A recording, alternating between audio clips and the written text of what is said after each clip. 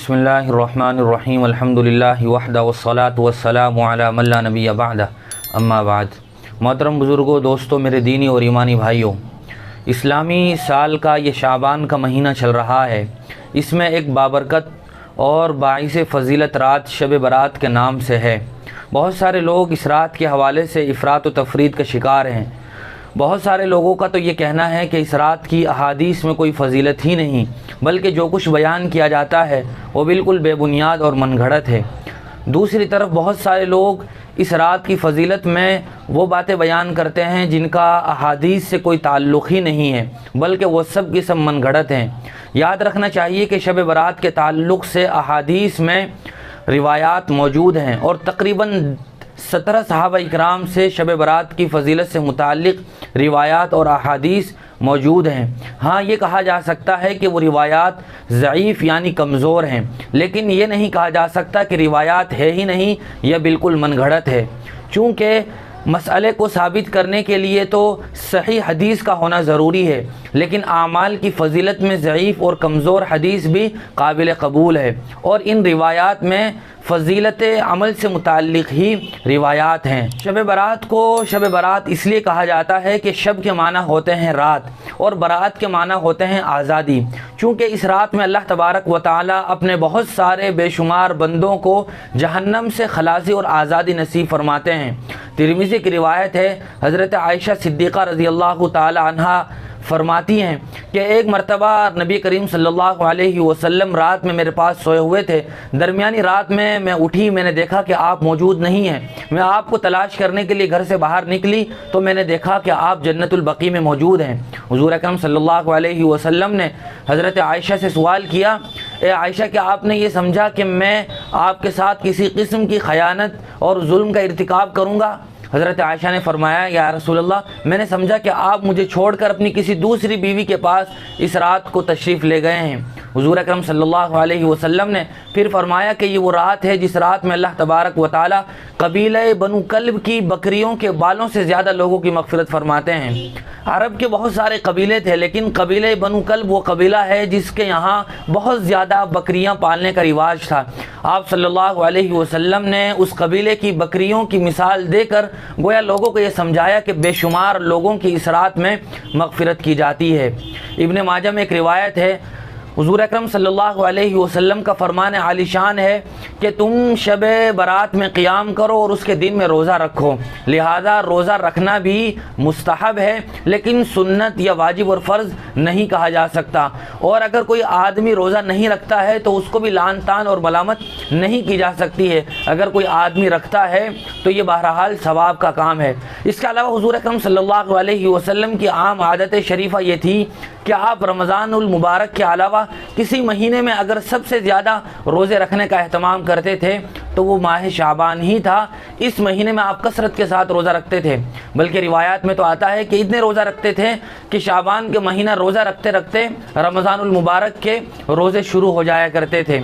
इसलिए आम लोग भी अगर अपने अंदर बशाशत और क़ुव्वत महसूस करते हों और उन्हें ये यकीन हो कि शाबानुल मुबारक में रोज़े रखने की वजह से हमारे अंदर ऐसी कमज़ोरी पैदा नहीं होगी कि हम रमज़ानुल मुबारक के महीने छोड़ दें, या ये कि उस कमज़ोरी की वजह से रोज़े छोड़ने पड़ जाएं, तो फिर शाबान के महीने के रोज़े रखना भी सुन्नत है। लेकिन शब बरात में कोई भी मखसूस अमल ऐसा नहीं है कि जिसके बारे में अहादीस में मौजूद हो कि इस अमल को इस रात में करना चाहिए। बहुत सारे लोगों ने अपनी तरफ से ऐसी नफली नमाज़ें ईजाद कर ली हैं जो ये कहते हैं कि पहली रकात में ये सूरत पढ़ी जाए, दूसरी रकात में ये सूरत पढ़ी जाए तो इतना सवाब मिलेगा और उसकी ये फजीलत है, और ये दुआ पढ़ी जाए। इस तरह की कोई भी बात अहादीस में मौजूद नहीं है। आदमी को मुकम्मल इख्तियार है, वो जो चाहे इस रात में हस्ब तौफीक इबादत कर सकता है। वो अगर नवाफिल पढ़ना चाहे तो नवाफिल पढ़ सकता है, कुरान मजीद की तिलावत करना चाहे, दुरूद शरीफ की कसरत करना चाहे, इस्तिग़फ़ार पढ़ना चाहे। इसके अलावा आदमी सलातुत तस्बीह पढ़ना चाहे, मुकम्मल इख्तियार है। लेकिन चूँकि तमाम तर आमाल नवाफिल हैं और नवाफिल में ये बात अफजल होती है कि अपने नवाफिल को छुप छुपा कर अदा किया जाए।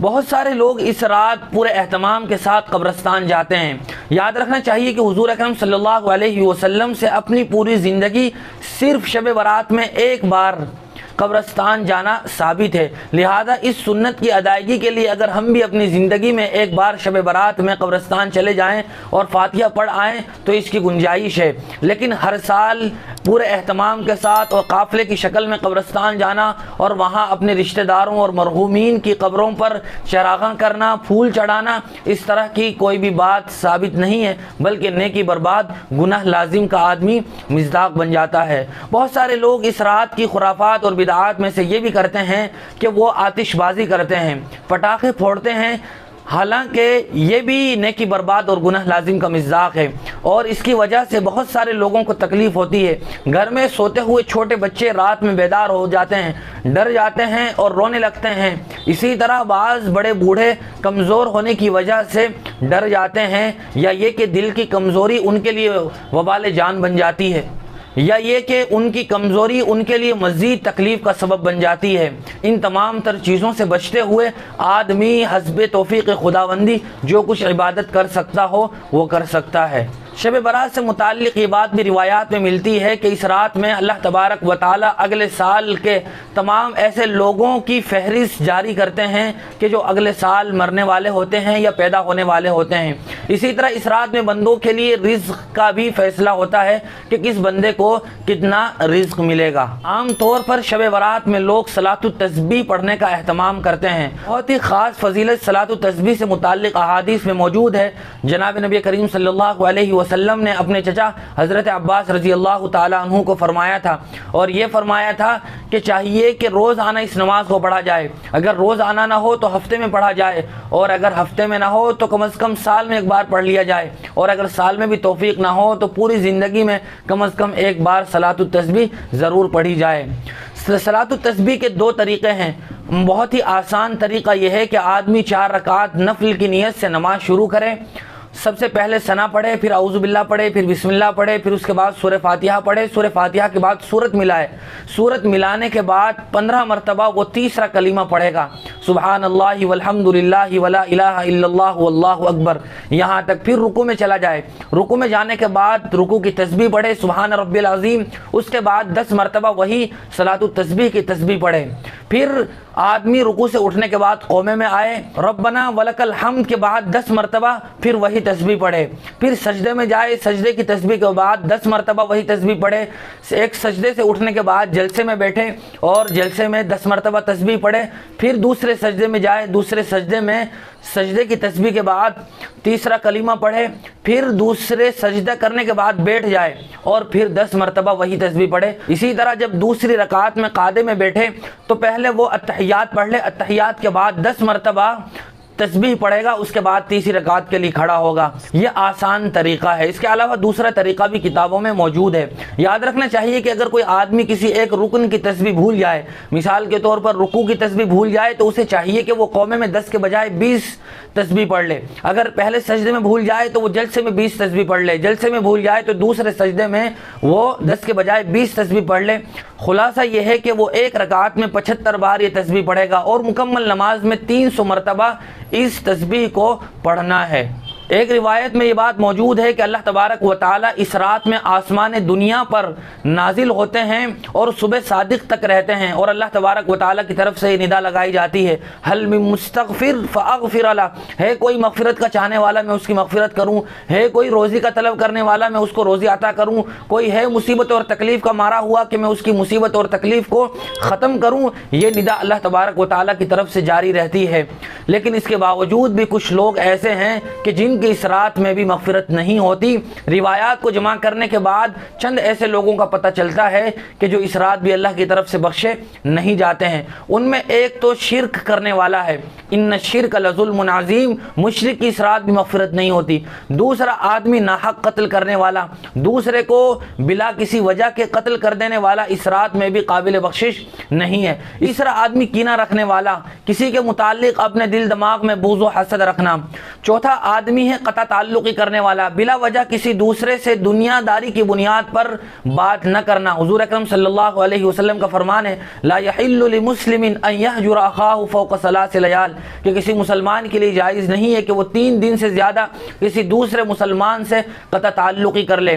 लेकिन अगर कोई दीन की बुनियाद पर हो, वो आदमी फासिक व फाजिर हो, खुल्लम खुल्ला अल्लाह की नाफरमानी करता हो, दीन का मजाक और इस्तेज़ा करता हो, फिर ऐसे आदमी से तो कता ताल्लुकी की गुंजाइश है। लेकिन दुकान और मकान के झगड़े पर, शादी ब्याह के झगड़े पर, रिश्तों की बुनियाद पर किसी आदमी से 3 दिन से ज़्यादा कता ताल्लुकी करना यह गलत है और इस रात में ऐसे आदमी की बख्शिश नहीं होती। और एक आदमी है मुदमिनुल खम्र, जो शराब का आदी हो, कसरत के साथ शराब पीता हो, ऐसे आदमी की भी इस रात में मगफिरत नहीं होती है। और एक आदमी है वल आक़ु लिवालिदैहि, जो अपने वालिदैन का नाफरमान हो। अगर साल के किसी भी हिस्से में ज़िंदगी में कभी भी वालिदैन के साथ कोई गुस्ताखी हो जाए, कोई नाफरमानी हो जाए, तो आदमी को चाहिए माफ़ी मांग ले, वो उनको तकलीफ़ न दे और उनको नाराज़ न करे। और एक आदमी है मुस्बिल इज़ार, अपनी पैंट को, अपने पायजामे, शलवार, तहबंद, लुंगी को टखने से नीचे रखने वाला ऐसा है कि जिसकी इस रात मगफिरत नहीं होती। लिहाजा इन चीज़ों से बचकर और दूसरों से माफ़ी तलाफ़ी करके फिर अल्लाह तबारक व तआला से जो आदमी इस रात में माफ़ी मांगता है, तौबा करता है, तो अल्लाह तबारक व तआला की तरफ से उस आदमी की बख्शिश कर दी जाती है। ये वो अमाल हैं जिन पर अमल करने का एहतमाम करना चाहिए। इसके अलावा जो बिदआत और खुराफात हैं, उनसे अपने आप को बचा कर दीन और सुन्नत और शरीयत पर अमल करने का एहतमाम करना चाहिए। अल्लाह मुझे भी और आपको भी अमल की तौफीक नसीब फरमाए।